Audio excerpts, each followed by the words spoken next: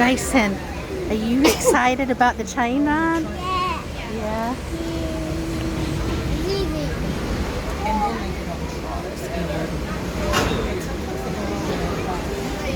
Brayden, are you ready for the train ride? Yeah. Yeah. Here, can I take your picture with Gigi? Okay. All right. Good job.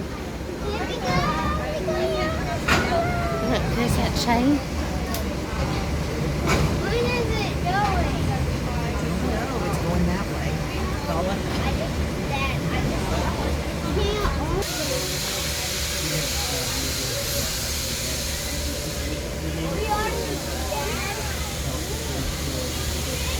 Choo choo.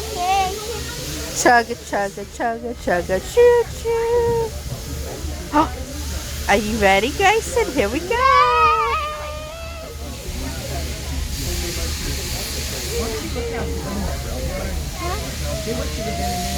Look out the window for Gigi. Good afternoon, ladies and gentlemen, and we'll be talking to you the entirety of the train today. I am located in car number 906, but as I like to call it, the original number 528. We are glad to have you with us here. To appreciate and enjoy your history, I want to tell you this, something I don't take for granted. Did you know that after the pandemic situation, that 1/3 of all museums in the country we live in will never open their doors again? 1/3. We are certainly glad to not be a part of that 1/3. Now, this is not a historical situation where we have a selfish means of restoration. We want those museums to stay open if all possible. Unfortunately, they were not able to sustain. Many of the equipment from other museums has been acquired by this one. Now, as we make our way around, and we're going to run the entire train around on the Y.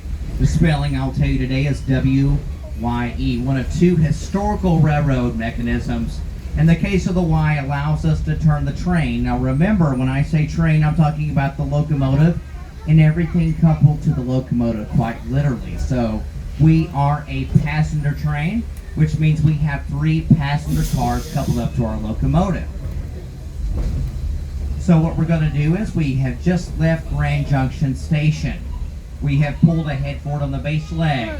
Rolled over the spring switch. Now we're backing around what we call the east leg of the Y. Now adults, if you're in an automobile, this is like a 3-point turn for your car. Now I have not used a 3-point turn in many, many years. I've used U-turns and parallel parking.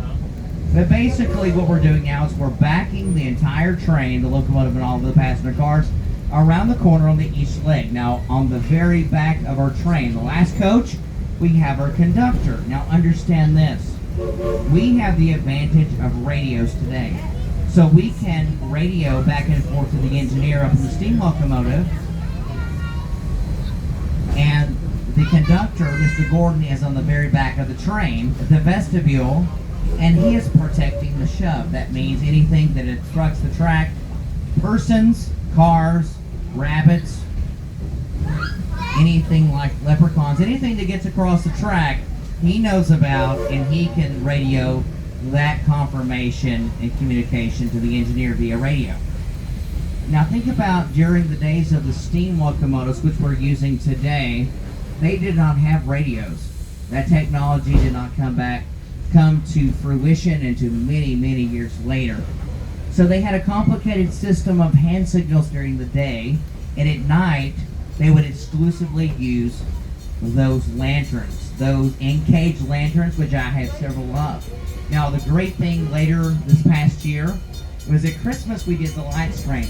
I took my 1940s lantern out, and I was able to do those hand signals because that's the only way you could in fact lean out and communicate with the engineer. One of the worst things you could see was an engineer, or a conductor rather, signal to the engineer in a full revolving circle in a backward motion with the lantern, which meant runaway train. That's one of the worst things you could ever see with that lantern signal. Now, we've almost completed running the Y, so we have run around after initially running up the base leg, switching to the east leg as soon as we get our last car over the spring-loaded switch. as we're about to stop. Cupola style cabooses right there in between. You see the blue gold and actual thing is the St. Louis 1930s dining car Atlantic Coastline. Now, for the most part, all of those are non-functional at this point. Now, as we cross over the main walkway, now look over 829, 1949 stainless lightweight coach used on the Tennessee and the Crescent. The Norfolk and Western TVRM now, 1486. You see Randolph and Macon College. The next coach will be painted back in that same burgundy or Tuscan Yeah. paint scheme. The Orlando and Western was a museum. Emory and Henry College. Now, both of those were 10-6 sleepers. 10 small roomettes, 6 larger bedrooms originally, later commuter cars, standardized. Feel good for you, this tunnel's located many years ago. You know, so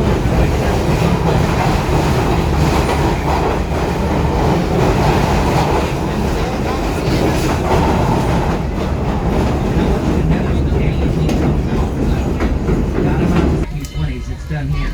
There's 8 tracks leading into this yard. Okay? 7 and 8 lead directly into that taller building, which is part 2 of our trip.